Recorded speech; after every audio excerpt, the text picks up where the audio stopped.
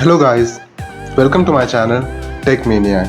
So today I'm gonna start a new series of digital signal processing in which I'll tell you how to generate and do various operations on it. So today in this video I'm gonna tell you how to create a discrete unit impulse signal in MATLAB. So I'll just go to my Chrome and just Google it, discrete unit impulse function, and then I'll go to images. So this is a typical example of a discrete unit impulse signal. That is, for discrete value of time we have some amplitude. So this is our final result. We will have to make something like this. So let's go to the definition also.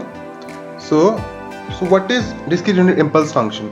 So a discrete unit impulse function is a function which has a value 1 at t is equal to 0, or where the x-axis is equal to 0 and is 0 otherwise. So let's just create it in MATLAB. First of all, just open your MATLAB, and after you open your MATLAB screen, so first of all there is an editor window where you'll write the maximum amount of code, and this is your command window. So here you will see some of the outputs, and the workspace here is the place where all the values of variable is stored, and this is the current folder where all the files are stored. So this is the basic representation of a MATLAB screen. So in the editor, just type whatever I am typing. I'll tell you what I am typing, so just follow me. So first of all, type CLC. So what does this CLC do? This CLC clears the command window. So if there is something in command window written, CLC will clear it all. And then after that, type clear all. So the function of clear all is to clear all the variables in the workspace. So after using it, the variables in the workspace will be removed. So after this, we'll have to take input from where to where we have to run our signal or create our signal. So for that, I'll take a variable n1 and I'll type input. So this is the basic syntax for taking an input from the user. So enter the start of signal.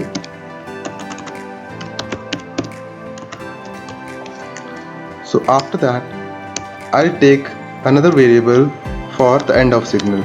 So input, enter the end of signal, and I'll take another variable n3 for sampling frequency. So what is sampling?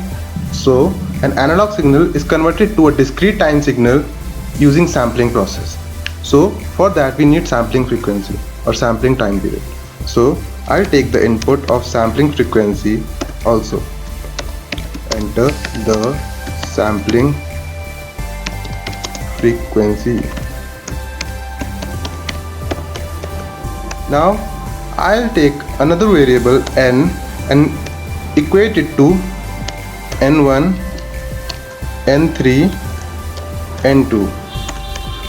So what is this? So this is the values which I have to run. So it will go from start of the signal to the end of the signal with each discrete value as the sampling frequency. Okay. So after this, I have to take another value, capital N, and equate it to the length of this n. So it will give us the range of the x-axis. So from start of the signal till the end of the signal, how many points are there? So that will contain in n. So after this, I'll have to create the y-axis or the points of y-axis. So for that, I'll create another variable d, and I will equate it to zeros from 1 to n minus 1 by 2. So capital N, it should be n minus 1 divided by 2, and then whole bracket, and then there should be a 1 in between where the x-axis is equal to 0, and then again I'll have to type zeros from 1 to n minus 1 divided by 2, and again close the bracket and then close the square bracket, and it's done. So what is the function of zeros? So zeros will create the value zeros from the range as described in the parenthesis. So in this it will create zeros from 1 to n-1/2 values. And now we can proceed with the plotting. So we cannot use plot function here because the plot function is used to plot the continuous values, but here we have to plot the discrete values. So for that we have a keyword stem. So what will stem do? Stem will help us to create discrete values plot. So for that, just type stem and then the n and d. So n is there in the x-axis and d is there in the y-axis. So let's just see whether we are able to get what we want. So just click on run, and here in the command window I'll give the user input, that is what is the start of the signal. Let me give it 10 -10, and then the end of the signal be 10, and let the sampling frequency be 1. So now the graph. Now as you can see the graph, see it is 1 at value 0 and rest it is all 0, but it doesn't look so pretty. So we have to get the improved version of it so that it looks pretty and it is quite informative, and so that we can know all the information just by looking at the graph. So for that we have to again go back to our editor window. So in stem nd, after this we have to pretty or format our graph. So for that we'll just have to go in stem and just type line width in this way, and we'll give it as 2. Now we'll set GCA as font size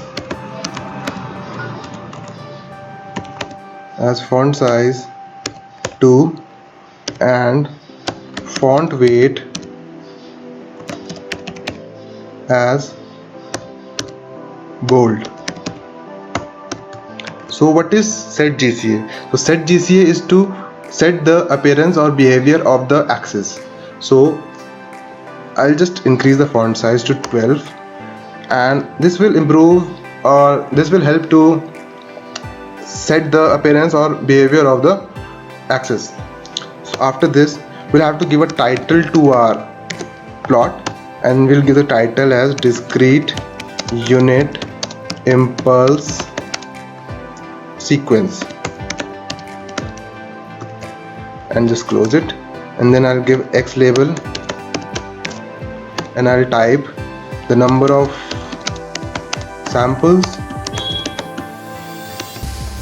and after that I'll type Y label as amplitude. So what is the function of X label and Y label? They are for giving the names to our x-axis and y-axis respectively. And after that I'll just use grid on.